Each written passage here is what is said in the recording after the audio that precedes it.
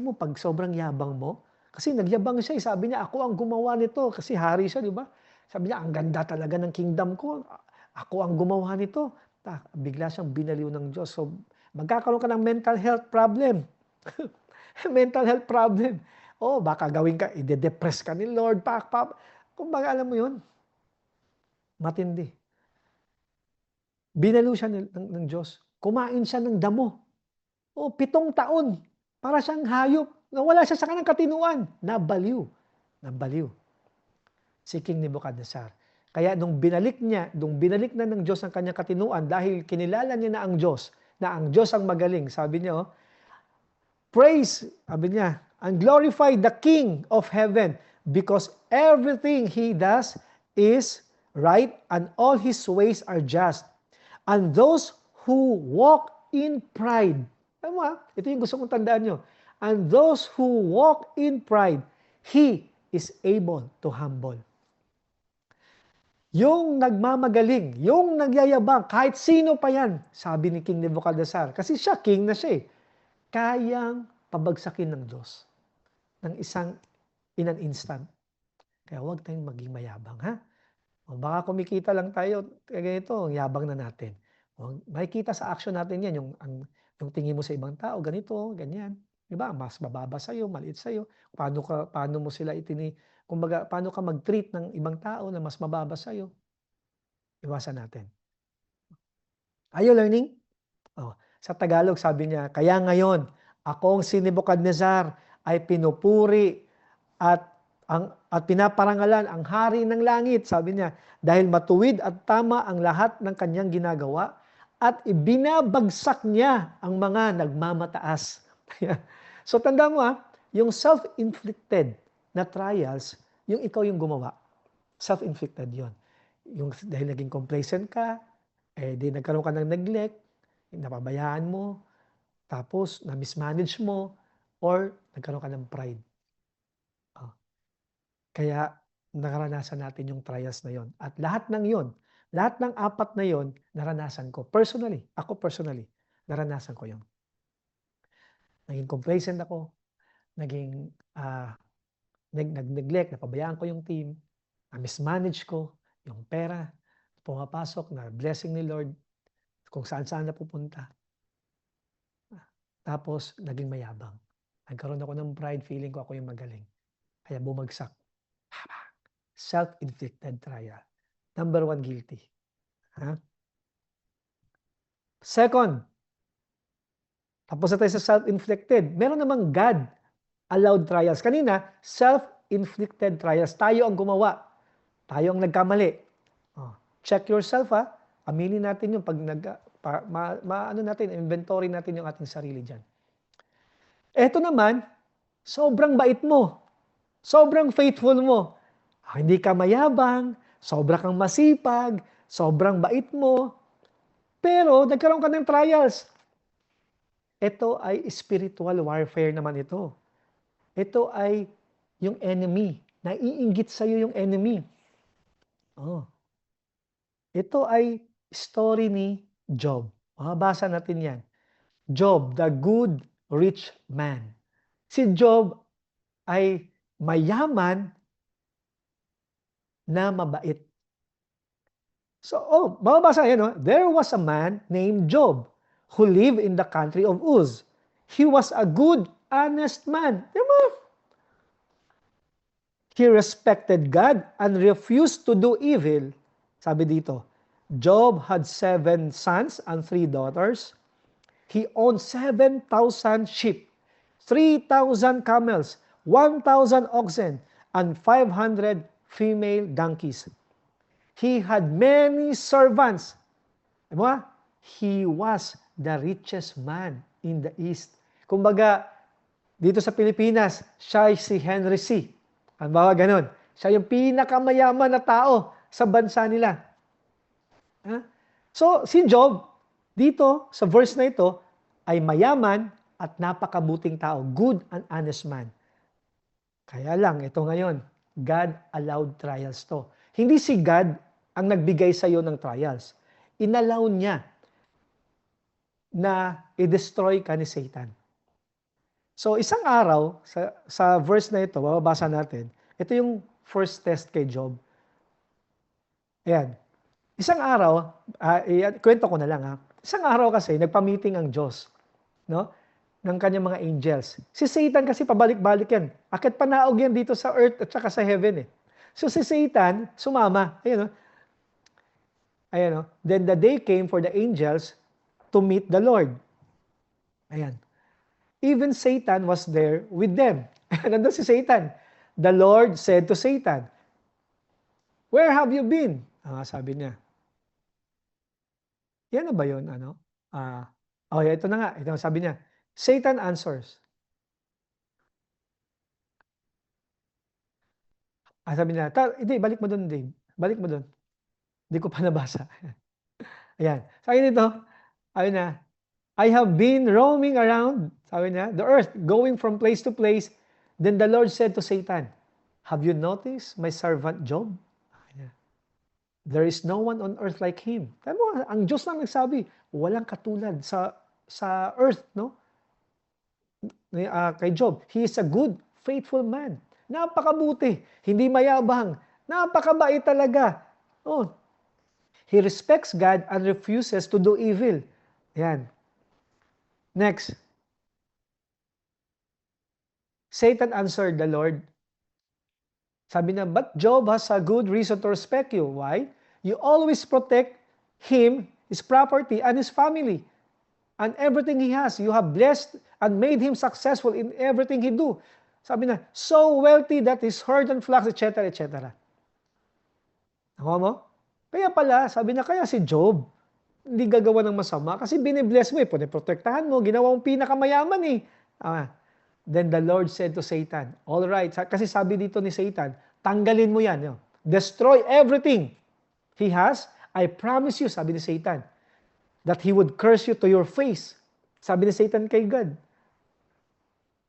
Para silang nagkaroon ng challenge. So sabi ni God, the Lord said to Satan, all right, do whatever you want with anything that he has, but don't hurt Job himself. Then Satan left the meeting. Ano nang nangyari? Ito ngayon ang nangyari.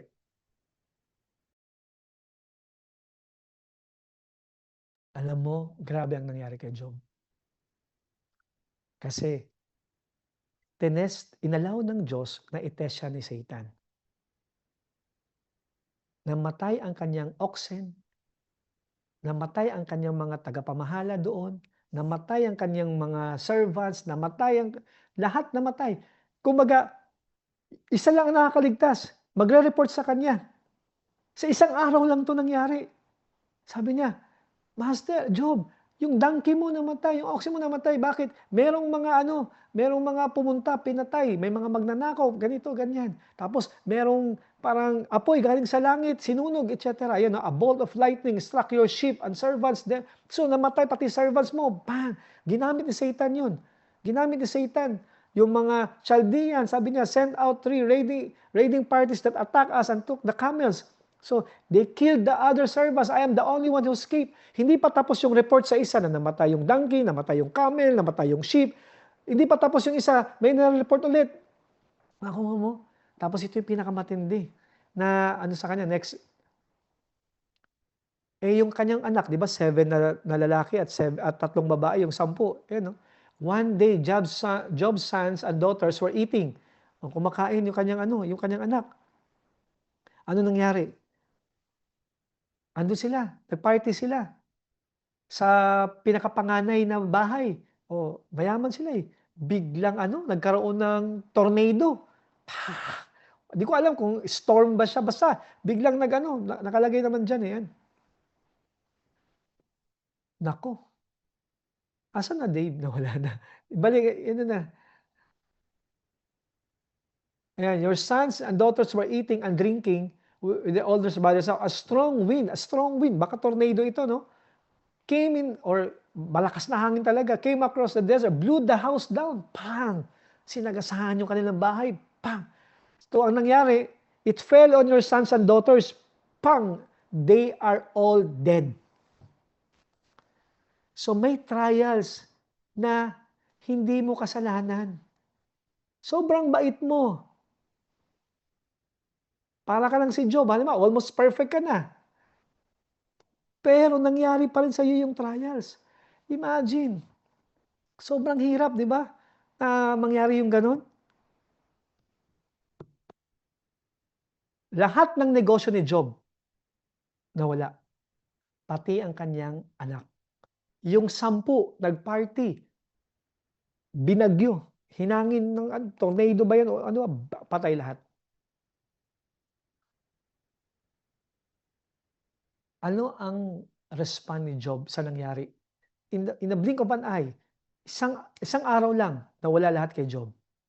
Ngayon, ano ang reaksyon ni Job? Nag-react ba siya or ano ang kanyang respond sa nangyari? Pakita natin.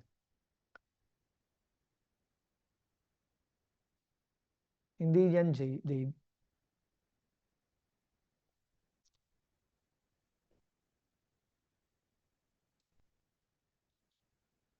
Ayan, hindi rin yan, nawala. Sa verse 20 tayo kasi hanggang 18 yun, eh. Basahin ko na lang, meron akong copy. When Job heard this, di mo na yan Dave, na ano na yan, nauna yan. Yan. When Job heard this, he got up, tore his clothes, and shaved his head to show his sadness. Sobrang lungkot ni Job. Then he fell to the ground to bow down before God and said, Dave, hindi yan, wag mo na ipakita yan. Kasi baka malito sila. Sabi niya, when I was born into this world, I was naked. When I die and leave this world, I will be naked and have nothing. Yun yung sinabi niya. Sinave niya ang ulo niya, tinor niya ang damit niya at lumuhod siya before the Lord. Sabi niya, Lord, nung pinanganak mo ako sa mundong ito, hubot-hubad ako. Wala akong dala. I had nothing. At pag namatay ako at iiwanan ko ang mundong ito, wala rin akong madadala. Sabi na, the Lord gives and the Lord takes away. Praise the name of the Lord. Even after all this, verse 22, Job did not sin. He did not accuse God of doing anything wrong. Pinuri niya pa ang Diyos. Kaya wala talagang katulad si Job. Nawala lahat ng negosyo.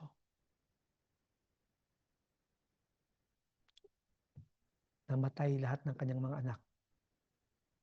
Hindi niya sinisi ang Diyos. Wala siyang kasalanan. Merong mga trials. Merong mga trials na ganito.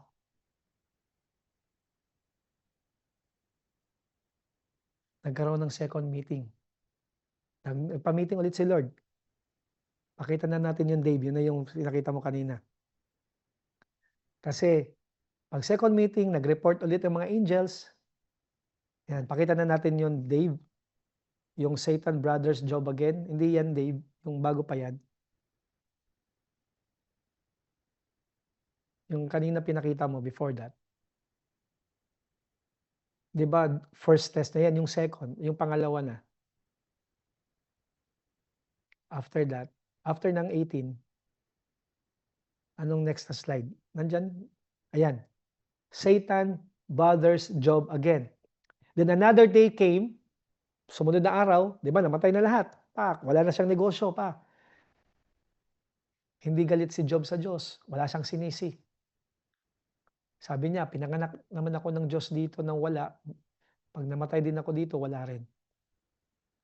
Wala siyang pagmamay-ari. In-acknowledge na ang may-ari ng kanyang anak at ng mga anak at ang may-ari ng kanyang mga ari-arian ay galing sa Diyos. So the Lord gives and the Lord takes away. Sabihin, pwedeng bigyan ka ni Lord, pwede rin niyang bawiin sa'yo. Nakuha natin? So kinabukasan, nagpa-meeting ulit si God, nandun yung angels, nandun ulit si Satan. Oh, where have you been? Satan answered the Lord, I have been roaming around from place to place. Then the Lord said to Satan, Have you noticed my servant Job? There's no one on earth like him. Inulit lang ng Diyos. He's a good and faithful man. He respects God and refuses to do evil. He's still faithful. You know? He's still faithful even though ano, you ask me to let you destroy without reason everything he has. Walang reason eh. Sabi na, even though you ask me to let you, tayo mo na maintindihan, walang magagawa si Satan kapag hindi pinayagan ng Diyos. To let you, kasi protected ni God si Job eh. May protection siya eh. Oh, kaya lang, hinayaan niya.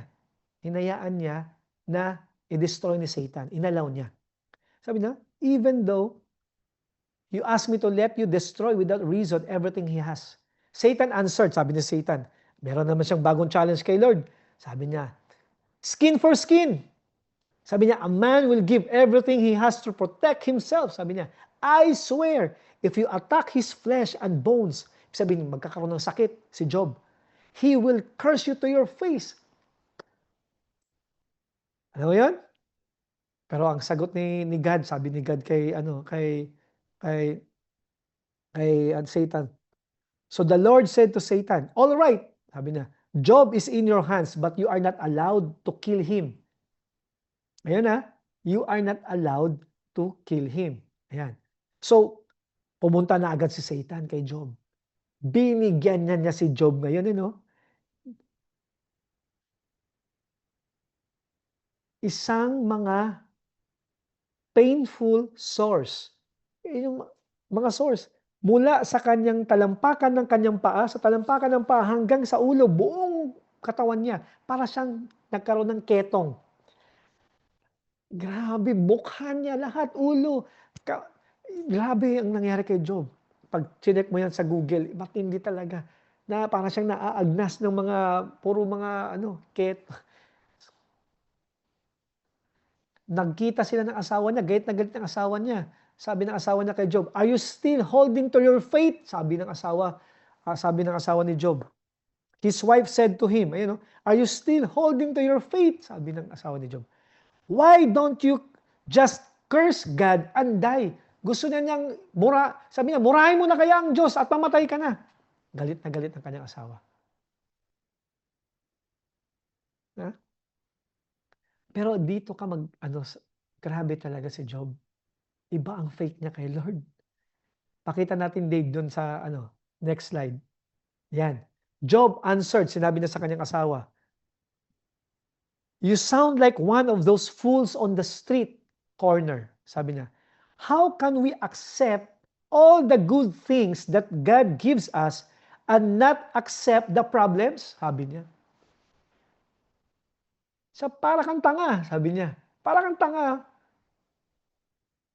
Paano mo natatanggap na lahat ng biyaya na binigay ng Diyos sa atin, tapos hindi mo matanggap yung problema na inalaw niyang mangyari sa atin?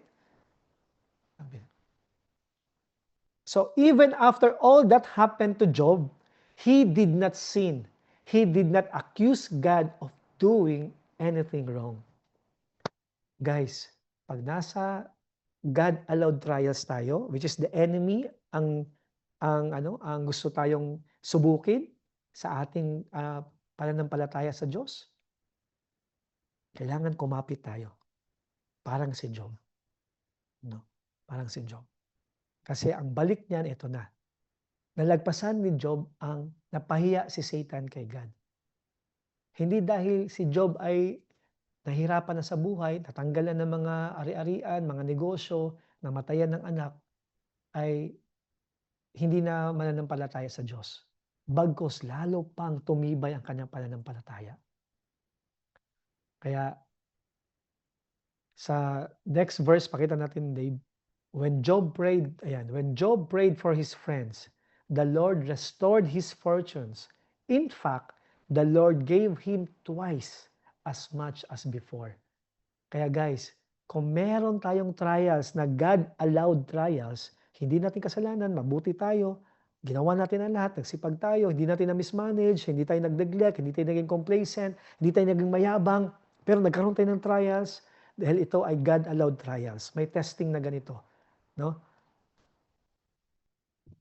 idodoblehin ng Diyos. Pag remain faithful tayo, dodoblehin niya yung nawala sa atin. Pakita natin ang nangyari. So ito yung blessing sa kanya, yung sheep before 7,000, after naging 14,000. Yung camels 3,000, after naging 6,000. Yung oxen naging 500, 500 naging 1,000. Yung donkey 500 naging 1,000. At yung anak niya na 10 na nawala, which is kasama na ni Lord, ay pinalitan ulit ng bagong 10. Ano? Alam mo yun?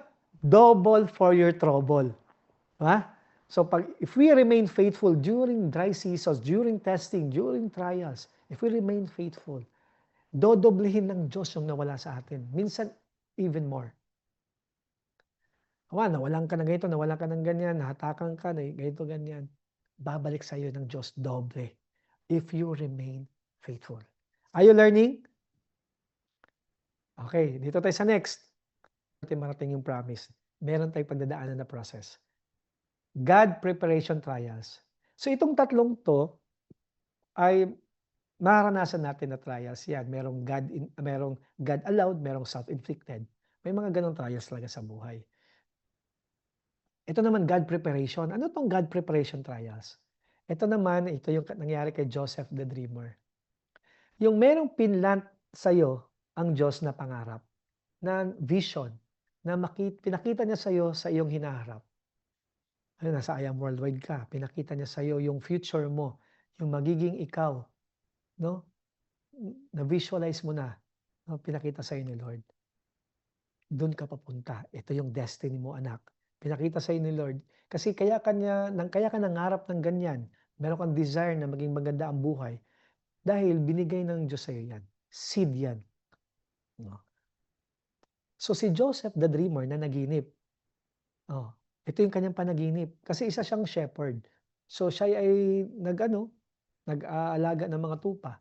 One day na naginip siya. Kinuwento niya sa kanyang mga kapatid.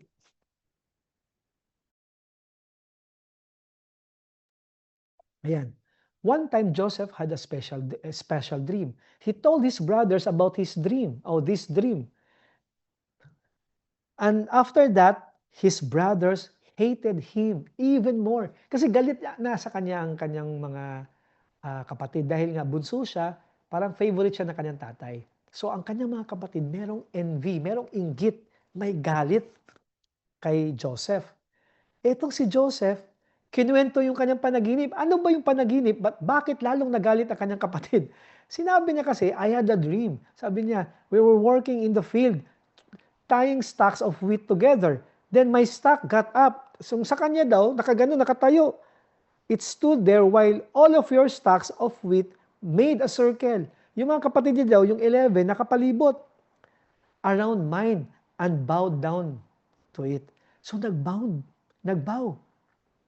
So yung sa kanya lang nakatayo at lahat ng mga nakapaligid nung mga ng kanyang mga kapatid nagbow. Ibig sabihin nito, sabi ng kapatid niya, so kami magbabow sa'yo, bunso ka. Kami yung mas nakakatanda, so kami patuloy. So may authority ka over us. Ganun ang nangyari kay Joseph. Ang nangyari, dahil sa inggit, guys, the most dangerous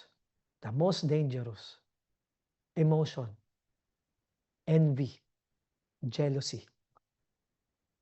Pinaka-dangerous yun. Yung naiinggit ka kung anong meron sa iyong kapwa.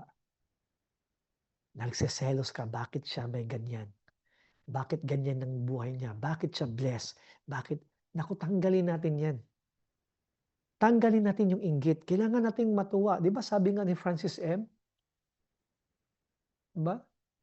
Dapat nga, iwasan mo ang inggit. Sa mga kababayan, ang sa iba'y ibig mong makamit. Dapat nga, ika'y matuwa sa napala ng iyong kapatid. Ibig kong ipagbatid na lahat tayo ay kapit-bisig. Mga kababayan. Nakuha mo? Huwag tayong mainggit.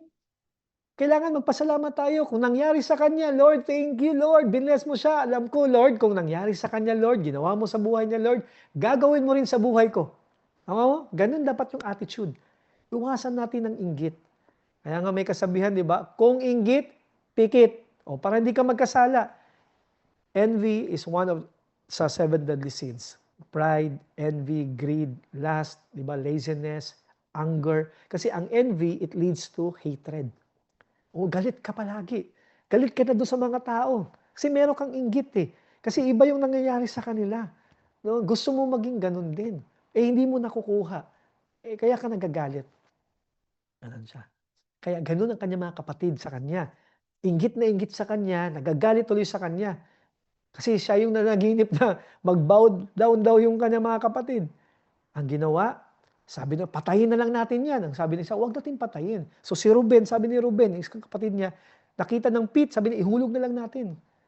Ihulog na lang daw si Joseph doon sa pit.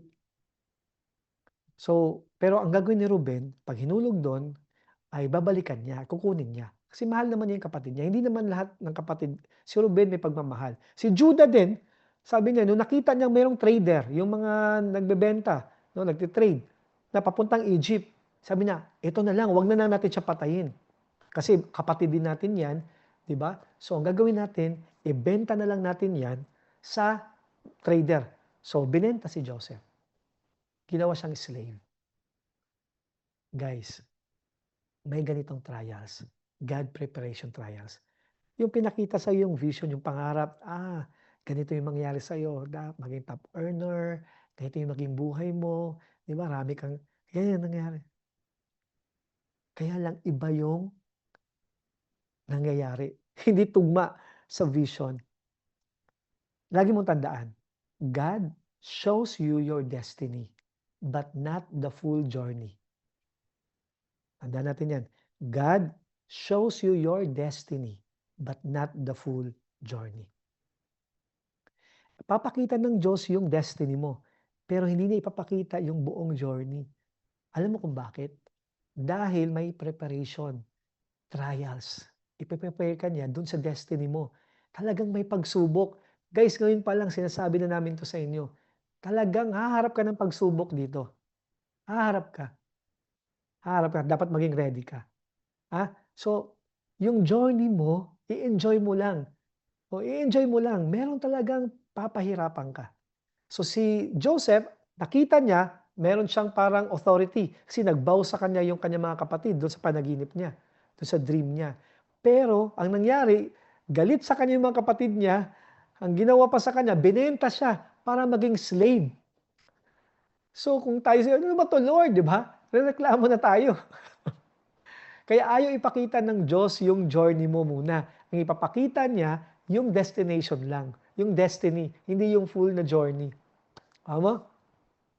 Kasi nandun yung pag-develop ng faith mo. Doon kanya ipiprepare. Piniprepare niya tayo doon sa kanyang hinanda para sa atin. Doon sa destiny na yon. Na tayo ay maging karapat-dapat. Yung faith natin ay ma-develop. Ibig sabihin, talagang yung pananampalataya natin sa kanya. No, nandun. Sabi sa James chapter 1 verse 2 to 4. Kaya si Joseph, yung mindset niya iba din. Kahit naging slave siya, ginalingan niya. At lagi siyang grateful sa Diyos. Hindi siya nagrereklamo sa mga misfortune or mga pagsubok na pinagdaanan niya. Sabi sa James, o sa lahat po ng may pagsubok ngayon, ito po ang advice galing sa James, chapter 1, verse 2 to 4. Consider it pure joy, my brothers and sisters. Consider it pure joy whenever you face trials or whenever you face trials of many kinds. Because you know that the testing of your faith produces perseverance. And perseverance will finish its work so that you may be mature and complete, not lacking anything. So kapag meron daw tayong mga pagsubok, kailangan daw nating maging masaya. Pure joy. Bakit daw? Bakit tayo maging masaya? Kasi nga, preparation ng Diyos yan dun sa destiny natin. Dun sa dream na binigay niya sa atin, ito yung preparation. Gusto niya maging 100% complete tayo. Not lacking anything. Maging mature ang ating faith. Hindi na tayo matitinag. Kasi meron tayong pagdadaanan. Oh? Kaya dapat tayo ay matuwa. Nangyari sa amin yan. nung kami ay nasa pinaka-worst moment ng life namin, yung walang-wala kami, binagsak kami ng Diyos, napakahirap ng pagdaanan namin dahil grabe, ilang companies ang napasukan namin na nagsasara, na nagsasara, na nagsasara. Grabe. Pero yung pinaka-worst moment na yun din yung pinaka-best moment ng buhay namin. Why? Dun kasi na-test yung aming faith. Doon kami nagkaroon ng faith. Doon na-activate ang aming faith. Doon namin nakilala ang Diyos. Doon sa panahon na nasa babang-baba kami. Kaya nga sabi niya, consider it pure joy. Kasi once na meron ka ng faith, na-activate yung faith mo sa Kanya, kasi wala ka namang ibang asahan, siya na lang, tama? Kumbaga hindi mo na inaasahan ang sarili mo na wala na yung yabang, tama? Wala na yung magaling ako, wala na. Di ba? Bagsak ka na eh. Di ba? So kumakapit ka na ngayon kay Lord. Activated yung faith mo. Kasi sabi sa Hebrews 11:6, and without faith, you cannot please God. Without faith, you cannot please God. At sabi sa Psalm 37:4, delight yourself in the Lord and He will give you the desires of your heart. Now, ang word na delight, pag sinearch mo sa Google, is to please someone greatly ang ibig sabihin. To please someone greatly. So, ibig sabihin, ipiplease mo daw ang Diyos. Yun yung delight. To please someone greatly and He will give you the desires of your heart. E paano mo mapiplease ang Diyos? Diba? And without faith, you cannot please God. So by faith mo mapiplease ang Diyos. E paano ka magkaroon ng faith? Through trials. Ayan o.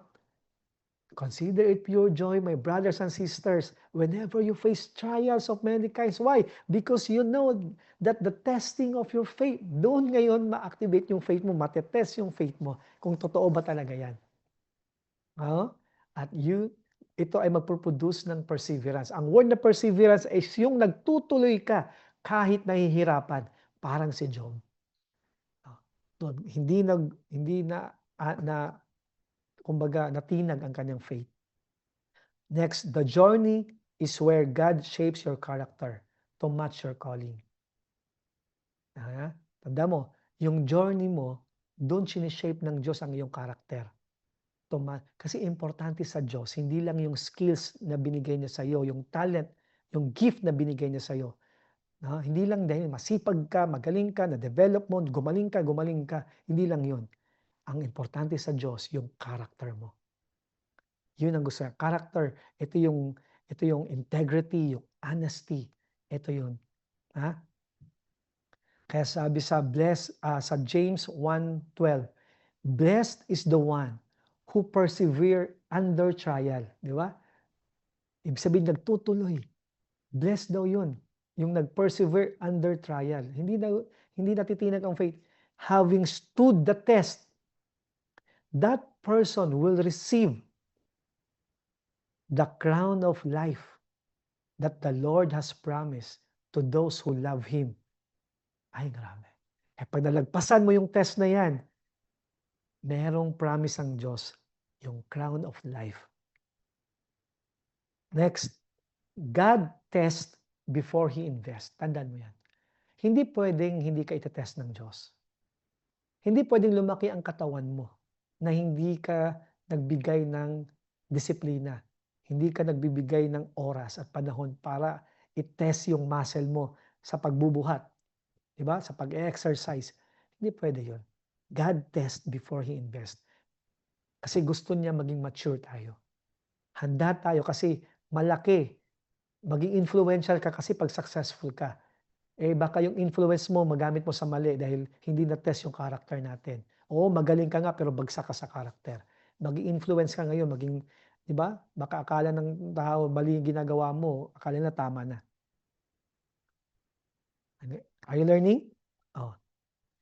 Sa Psalm 105 verse 19, ayan, until the time came to fulfill his dreams, the Lord tested Joseph's character.